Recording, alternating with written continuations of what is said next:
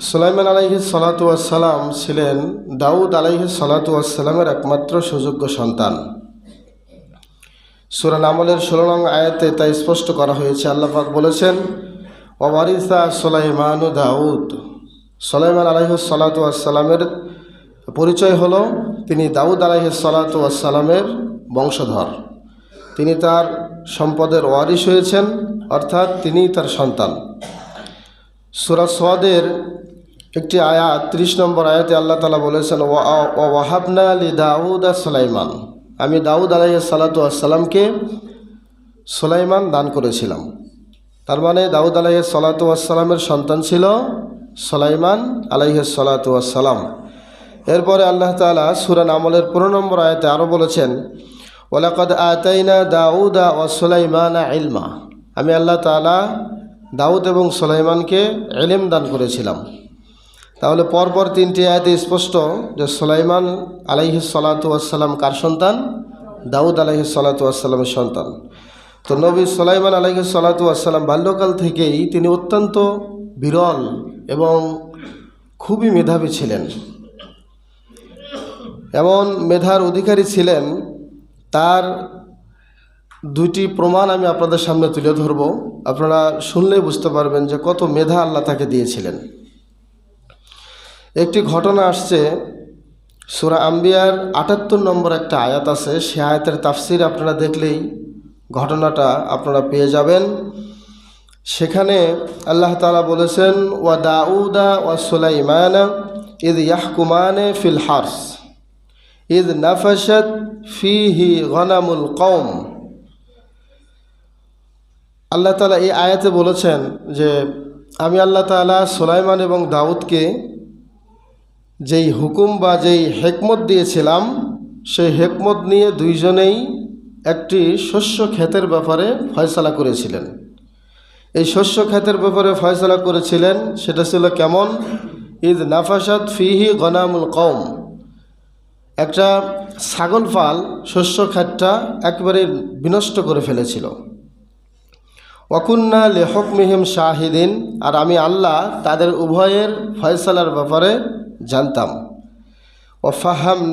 ফাফাহামনাহা সুলাইমান। আমি আল্লাহ তাআলা এই বিষয়ে সুলাইমানকেই বেশি ইলম দিয়েছিলাম। বলেন সুবহানাল্লাহ। বাবার চেয়ে সন্তানকে আল্লাহ বেশি জ্ঞান দিয়েছিলেন, আল্লাহ এটা নিজেই বললেন। এই বিষয়ে আমি বুঝটা দিয়েছিলাম সুলাইমানকে। তো ঘটনাটি একটু না বললে আপনারা বুঝতে পারবেন না। বিষয়টা হলো, একজন ছাগল পালের মালিক আর একজন শস্য ক্ষেতের মালিক। ছাগল পালের মালিক যিনি, তার ছাগল পালের সবগুলো ছাগল এসে শস্য ক্ষেতটা সব বিনষ্ট করে দিল। এখন শস্য ক্ষেতের মালিক এবং ছাগল ক্ষেতের মালিক দুইজনেই চলে গেলেন দাউদ আলাইহিস সালাতু ওয়াস সালামের কাছে। দাউদ আলাইহিস সালাতু ওয়াস সালামের কাছে যাওয়ার পরে তিনি বললেন যে, তুমি শস্য ক্ষেতের মালিককে বললেন যে তুমি তার যতগুলো ছাগল তোমার ক্ষেত খেয়েছে সবগুলো ছাগল তোমার হস্তগত থাকবে, এই ছাগলগুলো তুমি খাবে, তুমি দুধ দহন করবে, তুমি খাবে। আর এটাই হলো আমার ফয়সালা। এই ফয়সালা দিলেন কে? পিতা দাউদ আলাইহিস সালাতু ওয়াস সালাম। এই ফয়সালা নিয়ে শস্য ক্ষেতের মালিক তিনি ফেরত যাচ্ছেন, ছাগলের মালিক তিনিও ফেরত যাচ্ছেন। প্রতিমধ্যে সুলাইমান নবীর সাথে দেখা। তখনও তিনি নবুয়ত পান নাই। সুলাইমান আলাইহিস সালাতু ওয়াস সালাম বললেন যে কি হয়েছে? বলছে এই আপনার বাবা এই ফয়সালা দিলেন। তখন সুলাইমান আলাইহিস সালাতু ওয়াস সালাম বললেন যে না, আমি যদি দিতাম তাহলে এটা ভিন্ন রকম হতো। সেটা কি রকম? তিনি বললেন যে আসো তোমরা আমার বাবার কাছে। বাবার কাছে নিয়ে আসলেন। নিয়ে এসে বাবাকে বললেন যে বাবা, আমি একটা ফয়সালা করে দিতে চাই, এটা খুব ভালো হবে। বলছে কেমন?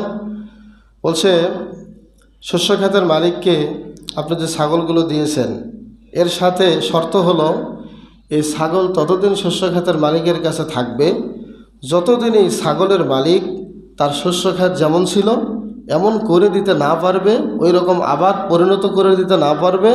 যে পরিমাণ আবাদ ছিল ওই আবাদ যদি সে করে দিতে না পারে, এতদিন পর্যন্ত ছাগলগুলো তার কাছে থাকবে, এই শস্য ক্ষেতের মালিকের কাছে। আর উনি এই ছাগল পালের মালিক যিনি, উনি শস্য ক্ষেত আবাদ করে তাকে ওই পরিমাণ আবাদ করে দেওয়ার পরে ছাগলগুলো তার থেকে ফেরত নিয়ে যাবে। তখন দাউদ আলাইহিস সালাতু ওয়াস সালাম বললেন যে সুন্দর তো, আমার ফয়সালা চেয়ে তোমার ফয়সালাই সুন্দর, সেটাতে তিনি রায় দিয়ে দিলেন। বলেন সুবহানাল্লাহ। তাহলে এই আয়াত থেকে, এই ঘটনা থেকে বোঝা যায় যে সুলাইমান আলাইহিস সালাতু ওয়াস সালাম তার পিতা দাউদ আলাইহিস সালাতু ওয়াস সালামের চেয়েও ফয়সালা কার্যে ভূমিকা রেখেছেন বেশি। কি বলেন, ঠিক কি না? অত্যন্ত মেধাবী ছিলেন। আরেকটি ঘটনা হলো সহিহ বুখারীর 6769 নম্বর একটা হাদিসে এসেছে যে দুইজন মহিলা, তারা দুইজনেই একটা সন্তানের দাবিদার। দুইজন মাই বলতেছেন যে সন্তানটা আমার। তো দাউদ আলাইহিস সালাতু ওয়াস সালাম, যিনি বয়সে একটু বড়, ওই বয়স্কা মহিলার দিকেই রায় দিয়ে দিলেন, অল্প বয়সী মেয়েটার দিকে, অল্প বয়সী মায়ের দিকে তিনি রায় দিলেন না। তো এইটার ফয়সালা যখন দিলেন, দেওয়ার পরে যখন দুইজন মা ফিরে যাচ্ছেন, সুলাইমান আলাইহিস সালাতু ওয়াস সালাম আবার দুইজনকে ধরছেন যে বাবা কি ফয়সালা দিলেন? বলে এই ফয়সালা। তখন দুইজনের মনেই কি অসন্তুষ্টতা, কারণ যিনি সন্তানের মালিক হয়েছেন সত্যিকারে তিনি সন্তানের মালিক নন, তারও মনে অশান্তি। আর যিনি আসলেই সন্তানের মালিক তার মনে তো অশান্তি আছেই। এবার সুলাইমান আলাইহিস সালাতু ওয়াস সালাম দুইজনকে নিয়ে আবার বাবার কাছে আসলেন, এসে বললেন বাবা আমি একটা ফয়সালা করে দিতে চাই, দুইজনই শান্তি হয়ে যাবে, দুইজনেই শান্ত হয়ে যাবে, দুইজনের মনেই তৃপ্তি আসবে। বলে কি ফয়সালা? বাবা আমি এই সন্তানটাকে মাঝখান দিয়ে কেটে দুই টুকরা করতে চাই, দুই টুকরা করে দুইজন মায়ের কাছে সন্তানের দুই টুকরো লাশ দিতে চাই। তখনই প্রমাণ হবে সত্যিকারের মাকে আর সত্যিকারের মা নয় কে, এটাই প্রমাণ হবে। আমার বিশ্বাস বাবা, যিনি সত্যিকারের মা উনি কখনো তার সন্তানকে জবে করতে দেবেন না। কি বলেন, ঠিক কিনা? মা যে আমাদের যত্ন নিত, মা যে আমাদের কত বছরের পর বছর দুধ পান করাতো, মায়ের যেই বুকের দুধ আমরা পান করেছি, এই মা চায় না আমার সন্তান কষ্ট থাক, আমার সন্তান কষ্ট পাক, আমার সন্তান দুঃখে থাকুক। ওই মা কোশ্চিন কালেও সেটা চায় না। মায়ের এক ধার দুধের দাম কাটিয়া গায়ের চাম, পাপস বানাইলে ঋণের শোধ হবে না। এমন দরদি ভাবে কেউ হবে না আমার মা গো। সুলাইমান আলাইহিস সালাতু ওয়াস সালাম বললেন বাবা এক টুকরা, একটা ছুরি এনে আমি দুই টুকরা করতে চাই। যখনই ছুরি আনা হলো, সন্তানটাকে দুই টুকরা করে দুইজনের কোলে সুলাইমান আলাইহিস সালাতু ওয়াস সালাম দিবেন। এমন সময় অল্প বয়স্কা যে মহিলা তিনি দৌড়ে আসলেন, না না খবরদার, সন্তান আমার নয়, আমি খুশি আছি, আমি রাজি আছি, আমার সন্তান নয়, সন্তান ওই বয়স্ক মহিলার তাকেই দিয়ে দেন। এবার সুলাইমান আলাইহিস সালাতু ওয়াস সালাম বললেন না না মা, সন্তান আপনারই, আপনার সন্তান, আপনি নিজেই আজকে দৌড়ে আসছেন, সন্তানটাকে যেন আমি জবে না করি, জবে করার বাধা দেওয়ার জন্য আপনি জায়গায় আসলেন, এটা আমি বিশ্বাস করতে পেরেছি, এটা আমার বিশ্বাস। এই সন্তানের মালিক, সন্তানের মা একমাত্র আপনি, বয়স্ক মহিলা নয়। বাস্তবে এটাই হয়েছে। বয়স্ক মহিলা পরে স্বীকার করেছে যে সত্যিকারেই সন্তানটা তার। সম্মানিত উপস্থিতি মা ও বোনেরা যারা আছেন এবং মুসল্লিবৃন্দ যারা আছেন, তাহলে এই ঘটনা থেকে এখানে দুইজন একটি সন্তানকে নিয়ে আসার কারণ হলো তারা দুইজনের সাথেই দুইটা সন্তান ছিল, কিন্তু বয়স্ক মহিলার সন্তানটা বাঘে খেয়ে ফেলছে। এই জন্য তাদের পাশে যে আরেকটা সন্তান ছিল, এই সন্তানটাকে নিয়ে দুইজনে দাবি করে বসছিল। বয়স্ক মহিলাটা মনে করেছিল যে আমি যেহেতু বয়সে বড়, আমার পক্ষে রায় দেবে।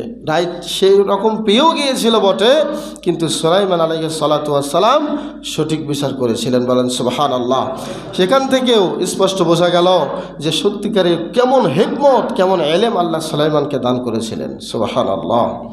আল্লাহ রাব্বুল আলামিন এজন্যই এই ঘটনাটা কোরআনে এবং হাদিসের পরপর দুইটি ঘটনা থেকে আমরা এটাই বুঝতে পারলাম যে সুলাইমান আলাইহিস সালাতু ওয়াস সালামের মেধা ছিল অত্যন্ত প্রখর এবং অনেক চতুর, চালাক ছিলেন তিনি। তো সম্মানিত উপস্থিতি, তো এই সম্পর্কে আল্লাহ রাব্বুল আলামিন সুলাইমান আলাইহিস সালাতু ওয়াস সালামের ব্যাপারে কোরআনের বিভিন্ন আয়াতে বিভিন্নভাবেই তিনি কথা উল্লেখ করেছেন। বিশেষ করে পবিত্র কোরআনুল কারীমের 7টি সূরার মধ্যে প্রায় 51টি আয়াতে আল্লাহ তাআলা সুলাইমান নবীর সম্পর্কে আলোকপাত করেছেন, বলেন সুবহানাল্লাহ। তো সুলাইমান নবীকে আল্লাহ তাআলা বিশেষ কিছু খাস নির্দিষ্ট কিছু নিয়ামত দিয়ে ধন্য করেছিলেন যা আল্লাহ তাআলা অন্য কোনো নবীকে সচরাচর দেন নাই। এমন কিছু নিয়ামত আল্লাহ তাকে দিয়েছিলেন যে নিয়ামতগুলো আল্লাহ তাআলা অন্য কোনো নবীকে দেন নাই। সুলাইমান আলাইহিস সালাতু ওয়াস সালাম আল্লাহর কাছে যে বিশাল সাম্রাজ্য চেয়েছিলেন, যে রাজত্ব চেয়েছিলেন, ওই রকম রাজত্ব আজ অবধি স্বয়ং আমাদের নবী পর্যন্ত এরকম রাজত্ব পান নাই, বলেন সুবহানাল্লাহ। কেমন রাজত্ব আল্লাহ তাকে দিয়েছিলেন এবং তিনি এটা আল্লাহর কাছে চেয়েই নিয়েছিলেন। আল্লাহ তাআলাকে বলেছিলেন, আল্লাহ তাআলা তার এই কথাটা কোরআনের মধ্যে সুন্দর করে কোট করেছেন। আল্লাহ তাআলা বলেছেন, ক্বালা রব্বিগফিরলি ওয়াহাবলি মুলকান লা ইয়ানবাগি লিআহাদিম মিন বা'দি। ক্বালা রব্বিগফিরলি, সুলাইমান বলেছিল, আল্লাহ আমাকে ক্ষমা করুন, ওয়াহাবলি মুলকা, এমন রাজত্ব আমাকে দান করুন, লা ইয়ানবাগি লিআহাদিম মিন বা'দি, আল্লাহ আমার পরে যেন আর কেউ এমন রাজত্ব না পায়, ওই রকম রাজত্ব আমি আল্লাহ তোমার কাছে চাই। এমন রাজত্ব চেয়েছিলেন যে রাজত্ব অন্য কোনো নবীকে আল্লাহ দেন নাই। সুবহানাল্লাহ বললেন না? এত বড় একজন নবী ছিলেন, এত সুন্দর রাজ্য চালানোর অভিজ্ঞতা আল্লাহ তাকে দিয়েছিলেন এবং তাকে যে ক্ষমতা দিয়েছেন রাজত্বর পাশাপাশি এরকম ক্ষমতাও সচরাচর কোনো নবীকে আল্লাহ দেন নাই। তো আল্লাহ তাআলা তাকে যেসব নিয়ামত দিয়েছিলেন, যেসব নিয়ামত দিয়ে তাকে ধন্য করেছিলেন, তার মধ্যে অন্যতম একটা নিয়ামত হলো আল্লাহ তাআলা বাতাসকে তার অনুগত করে দিয়েছিলেন। বাতাস, বিশাল বাতাস, এই বাতাস তার কথায় তিনি যখন যেদিকে বলতেন বাতাস তখন সেদিকেই চলতো। সুবহানাল্লাহ। তার কথায় বাতাস থামতো, তার কথায় বাতাস প্রবাহিত হওয়া শুরু হয়ে যেত। সূরা আম্বিয়ার 81 নম্বর আয়াতটা খুললেই অনুবাদ দেখলে আপনারা বুঝতে পারবেন। আল্লাহ তাআলা বলেছেন, ওয়ালি সুলাইমানার রিহা আসিফাতান তাজরি বিআমরি। সূরা আম্বিয়ার 81 নম্বর আয়াতে আল্লাহ বললেন, আমি আল্লাহ তাআলা সুলাইমানের জন্য বাতাসকে করেছি ঝঞ্ঝাবায়ু বাতাসের নাই, এমনভাবে বাতাস তার অনুগত করে দিয়েছিলাম, তার আদেশে বাতাস চলতো। বাতাস কখনোই তার আদেশকে অলঙ্ঘন বা সীমালঙ্ঘন করে চলতো না। কে বলেছেন এটা? আল্লাহ বলেছেন যে আমি বাতাসকে তার অনুগত করে দিয়েছি। এই জন্য তিনি যখন সাগরে জাহাজ দিয়ে চলতেন, দেখবেন তার হিস্টোরি পড়ে, যখনই তিনি সাগরে জাহাজ দিয়ে চলতেন, আপনারা বলেন তো সাগরের ভেতরে উত্তাল তরঙ্গ আর বাতাসের সাথে সাথে পানির ঢেউ থাকে কি থাকে না? বিশাল ঢেউ থাকে। ইদানিং অর্থাৎ আমাদের বাংলাদেশেই তো একটা দ্বীপ আছে কক্সবাজার, এখানে গেলে তো আপনারা দেখতে পারেন যারা গিয়েছেন যে সাগরের ঢেউ, সাগরের যেই তরঙ্গ, সাগরের যে হুঙ্কার, আর এই হুঙ্কারের ভেতর দিয়ে জাহাজ নিয়ে যেতেন সুলাইমান আলাইহিস সালাতু ওয়াস সালাম। এবং তিনি যখন ভ্রমণ করতেন এই জাহাজ এক প্রান্ত থেকে অন্য প্রান্তে সাগরের এক মাথা থেকে আর এক মাথায় চোখের পলকেই তিনি পার হয়ে যেতেন। সুবহানাল্লাহ। এই ক্ষমতা আল্লাহ তাকে দিয়েছিলেন, এটা কিন্তু তার ক্ষমতা নয়, মূলত দিয়েছে কে? আল্লাহ। সম্মানিত উপস্থিতি, সূরা সাবার 12 নম্বর আয়াতে আল্লাহ তাআলা বলেছেন, ওয়ালি সুলাইমানার রিহা গুদুহা শাহরু ওয়া রাওয়াহুহা শাহরু। সকালবেলা তিনি যখন সমুদ্র দিয়ে জাহাজ নিয়ে যাচ্ছিলেন, যাওয়ার সময় তিনি এক মাসের পথ তিনি অতিক্রম করতেন। সুবহানাল্লাহ। সকালের কিছু অংশে অথবা সন্ধ্যার কিছু অংশে, সকালে এবং সন্ধ্যার কিছু সময় যদি তিনি ভ্রমণ করতেন সাগরে, তাহলে বাতাসের তরঙ্গে, বাতাসের চোটে তিনি মানুষ এক মাস চলাচল করতে করতে যত দূর যেতে পারে, উনি সকালের কিছু সময়ে তিনি এত দূর যেতে পারতেন। সুবহানাল্লাহ। আল্লাহর কোরআনের আয়াত, ভাই আমি কেচ্ছা কাহিনী বলছি না, আল্লাহর কোরআন স্পষ্ট, আল্লাহ তাআলা স্পষ্টই কোরআনে বলেছেন। তো তাহলে বাতাসের সাহায্যে তিনি কেমন দ্রুত গতিতে অতিক্রম করতেন, তাহলে এটা কি আল্লাহর বড় একটা নিয়ামত নয় তার জন্য? এটা একটি নিয়ামত। আরেকটি নিয়ামত হচ্ছে আল্লাহ তাকে যা দিয়েছেন সেটা হলো, আমরা জানি তার বাবাকে আল্লাহ লোহা নরম করার নিয়ামত দিয়েছিলেন। লোহা হাত দিয়ে ধরলেই এটা নরম হয়ে গলে সেটা দিয়ে তিনি বর্ম বানাতেন, শরীরে যুদ্ধের পোশাক বানাতেন। শরীরে পরার মতো। কিন্তু তার একটা নিয়ামত ছিল, সেটা হচ্ছে তামা।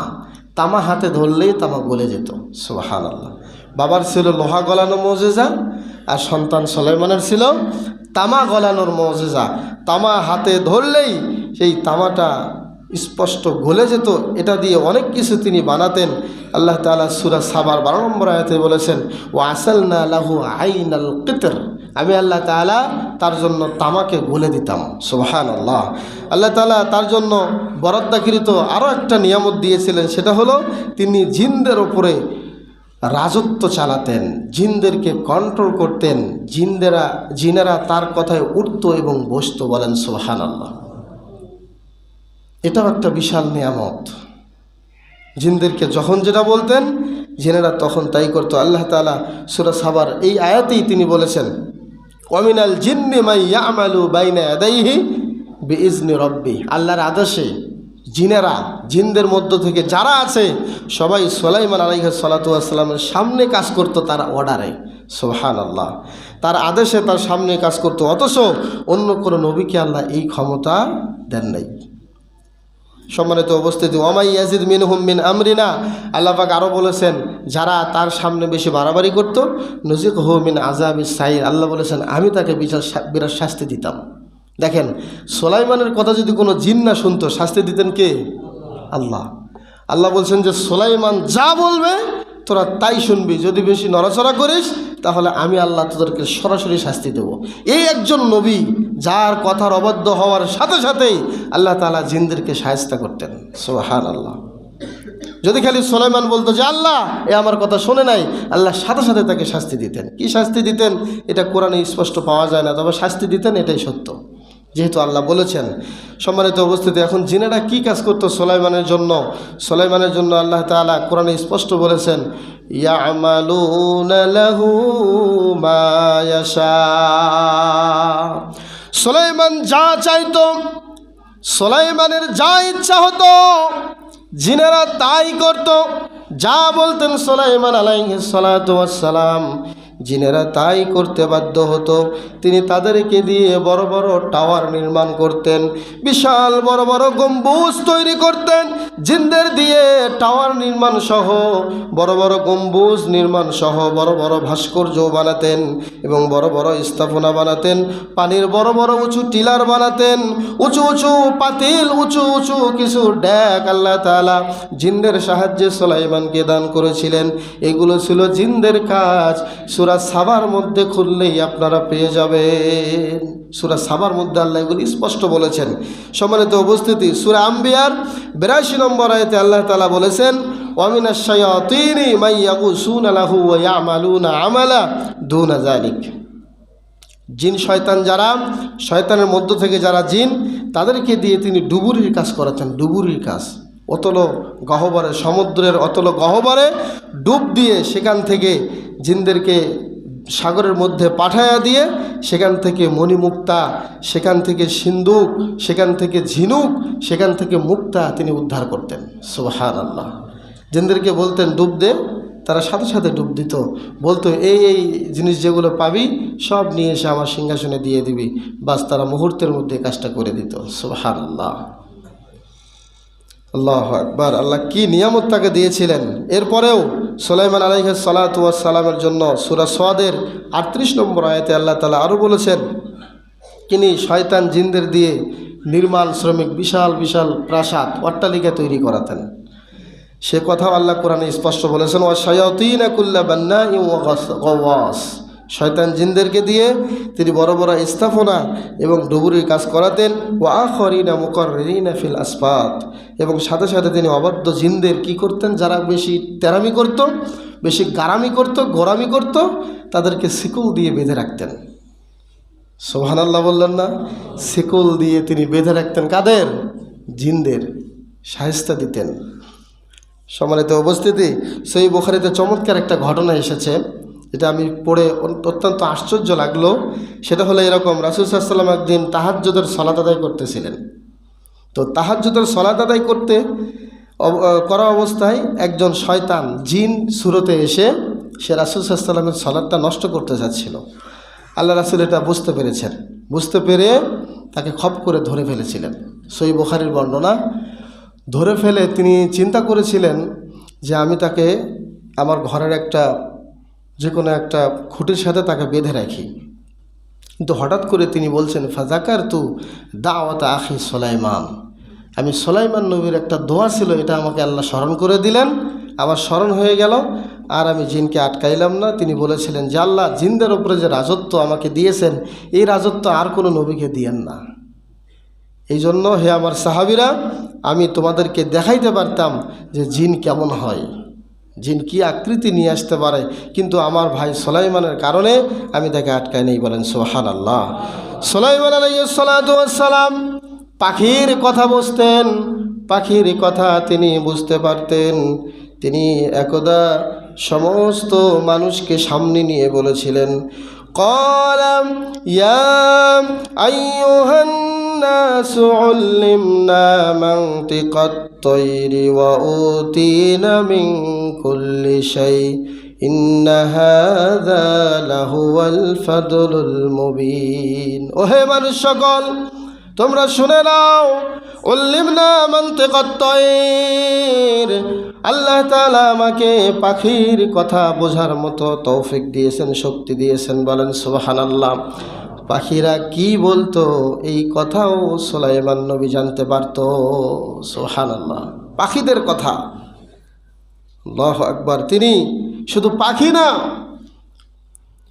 ছোট্ট পিপিলিকাগুলো আছে না, পিপিলিকা, পিঁপড়া কি বলতো এটাও তিনি বুঝতে পারতেন। সুবহানাল্লাহ।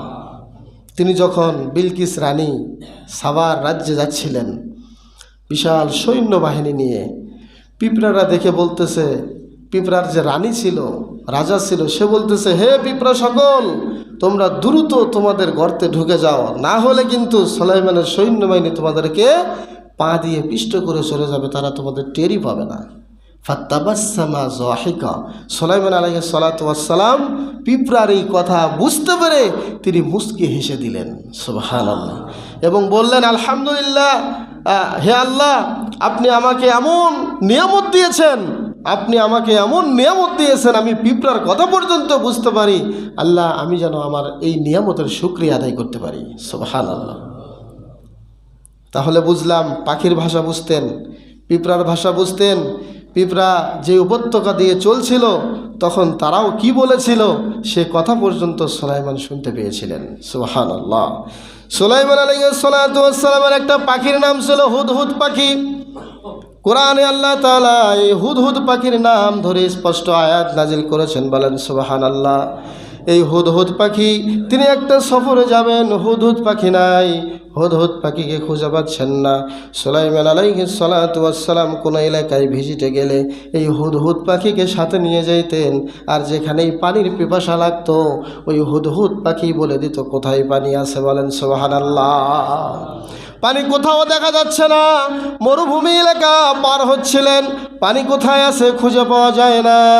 হুদহুদ পাখি ভূগর্ভের অতল গহ্বরে কোথায় পানি আছে, কোথায় একটু মাটি খুঁড়লেই পানি পাওয়া যাবে, একটু গর্ত খুললেই পানি পাওয়া যাবে, হুদহুদ পাখি আকাশে উড়াল দিত, উড়াল দিয়ে ওখান থেকেই কিচিরমিচির করে দেখতে পারত কোথায় পানি আছে, কোথায় গর্ত করলে পানি পাওয়া যাবে। বলেন সুবহানাল্লাহ। সুলাইমান নবীকে বলতো, সুলাইমান, এই জায়গায় একটু গর্ত করুন, পানি পেয়ে যাবেন। এরকম বহু ঘটনা ঘটেছে তার জীবনে। হুদহুদ পাখি যেখানেই গর্ত করতে বলেছে সেখানে গর্ত করার সাথে সাথেই পানি পাওয়া যেত। সুবহানাল্লাহ। স্বচ্ছ পানি, পরিষ্কার পানি, মিষ্টি পানি। এই হুদহুদ পাখি একবার পাওয়া যাচ্ছে না। আল্লাহ পাক কোরআনে বলছেন, ওয়া তাফাক্কাদাত তায়রা ফাকালা মা লি লা আরাল হুদহুদা আম কানা মিনাল গায়িবিন লাউ আযযিবান্নাহু আযাবান শাদীদাও আও লা আযবাহান্না আও লা ইয়াতিয়ান্নানি বিসুলতানিম মুবিন। তিনি যখন হুদহুদ পাখিকে হারিয়ে ফেললেন, তিনি বললেন যে কি হলো, আমি হুদহুদকে দেখছি না কেন, সে কোথায় গেল, সে কি অদৃশ্য হয়ে গেল নাকি? সে যখন আমার কাছে আসবে তাকে আমি কঠিন শাস্তি দেব এবং তাকে অনেক আযাব দেব, না হলে তাকে একেবারে জব করে ফেলব। কে বললেন এটা? সুলাইমান আলাইহিস সালাতু ওয়াস সালাম বললেন যে একবার জব করে ফেলবো, যদি সে আমার কাছে উপযুক্ত দলিল পেশ করতে না পারে, কেন আজকে এখান থেকে অনুপস্থিত থাকলো, এখানে উপস্থিত কেন থাকলো না, এর উপযুক্ত জবাব দিতে না পারলে তাকে হয় শাস্তি দেব, না হলে জব করে মেরে ফেলবো। একটু পরেই হুদহুদ পাখি এসে বলল, ওয়াজিতুকা বিসাবাইম মিন নাবাই ইয়াকিন, হে সুলাইমান, আমি আপনার কাছে আসছি একটা বিশ্বস্ত সংবাদ নিয়ে, সেটা হচ্ছে সাবার রানী বিলকিসের রাজ সিংহাসনে আমি গিয়েছিলাম এবং তার কিছু তথ্য, আমি এমন কিছু তথ্য নিয়ে আসছি যেটা আপনি জানেনই না। এবার সুলাইমান আলাইহিস সালাতু ওয়াস সালাম অত্যন্ত খুশি হয়ে বললেন, কি সেই সংবাদ? এবার হুদহুদ পাখি বলল, আপনার জন্য যে গুড নিউজ সেটা হলো, এই রাজ্যের যে রানী আছেন বিলকিস, ইনি তো আসলে দেখলাম তার বিশাল সিংহাসন আছে, কিন্তু একটাই কষ্ট লাগলো, সেটা হচ্ছে তারা সূর্যের পূজা করে। কিসের পূজা করে? সূর্যের পূজা করে, তারা আল্লাহর পূজা করে না, আল্লাহর ইবাদত করে না। আপনি একটু চেষ্টা করে দেখেন এদেরকে কেমনে শিরক থেকে বাঁচানো যায়। এবার তিনি সুলাইমান আলাইহিস সালাতু ওয়াস সালাম এবার এই বিলকিসের রানীর কাছে চিঠি লিখলেন এবং তিনি বললেন যে এটা তো হতে পারে না, আমি এত সুন্দরভাবে থাকবো ইসলামী পন্থায়, আর আমার পাশের রাজ্য সে খ্রিস্টান হয়ে অন্য ধর্মাবলম্বী থাকবে, এটা হতে পারে না, তাকে জাহান্নামে যেতে দেওয়া যায় না। সত্যতা বোঝার জন্য সে কি সত্যি সত্যি বিলকিসের কাছে গিয়েছিল কিনা তিনি একটা চিঠি লিখলেন। চিঠির শুরুতে লিখলেন, ইন্নাহু মিন সুলাইমান ওয়া ইন্নাহু বিসমিল্লাহির রহমানির রহিম।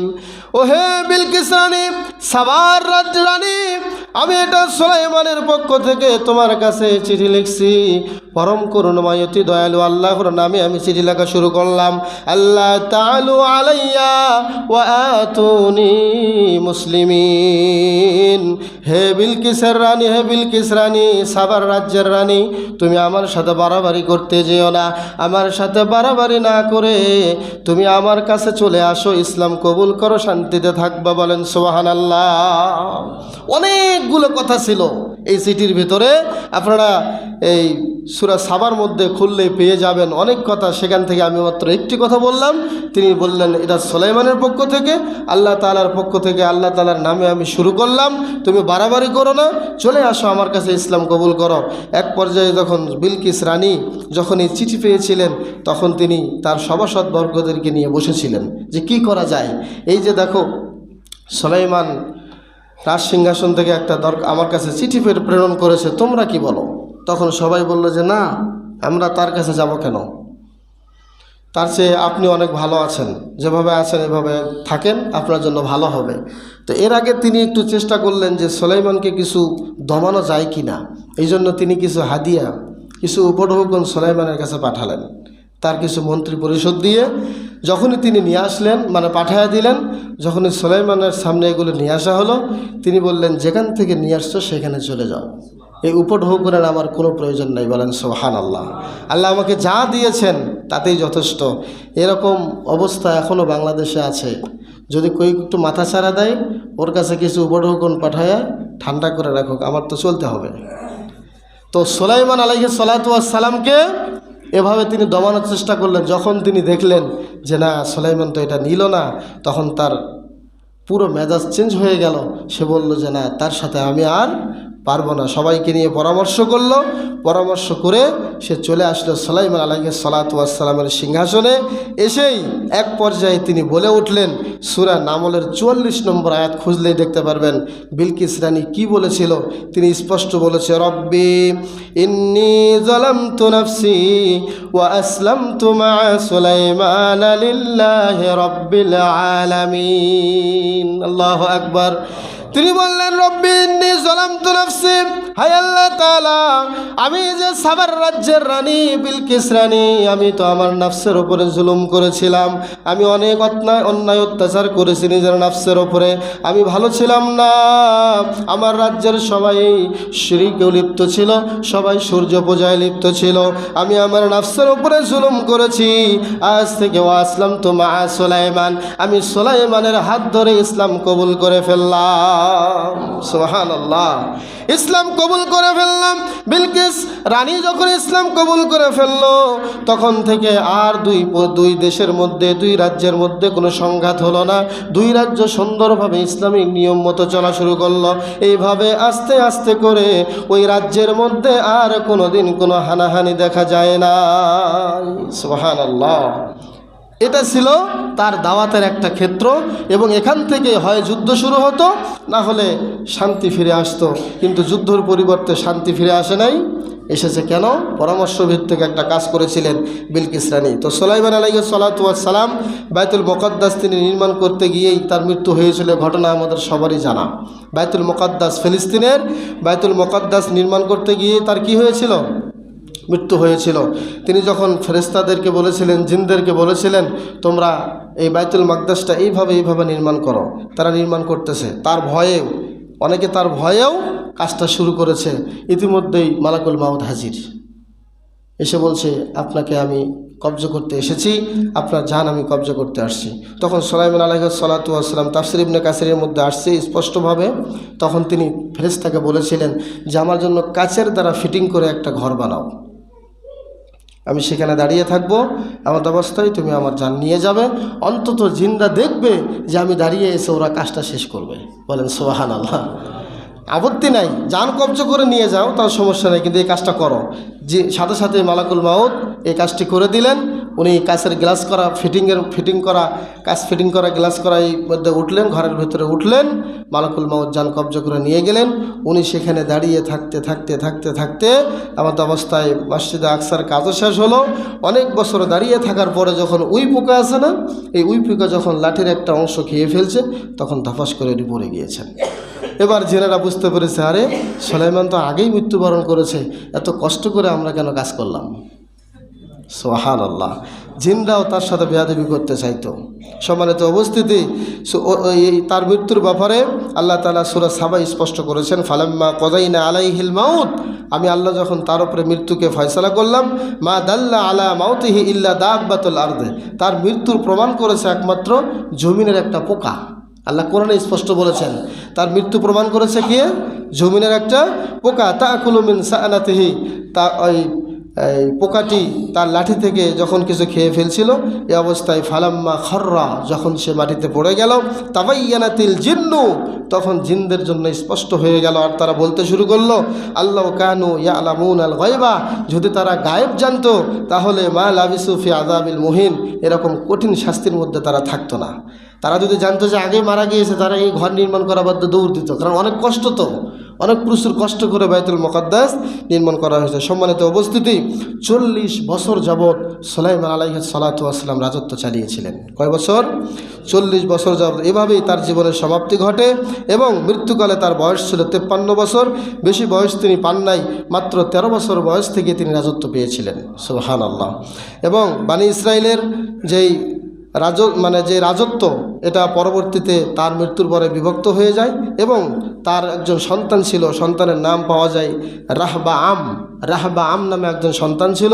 এই সন্তান পরবর্তীতে 17 বছর তিনি তার বাবার রাজত্ব ধরে রেখেছিলেন, এবং পরবর্তীতে তারা বিভক্ত হয়ে যায়। এবং মুহাম্মদ সাল্লাল্লাহু আলাইহি ওয়াসাল্লাম, আমাদের নবীর প্রায় 1546 থেকে 47 বছর আগেই তিনি দুনিয়া থেকে বিদায় নিয়ে চলে গিয়েছেন। বলেন সুবহানাল্লাহ। এই লোকটিকে সেখানেই দাফন করা হয়, এবং এর মধ্যেই তার জীবনের পরিসমাপ্তি হয়।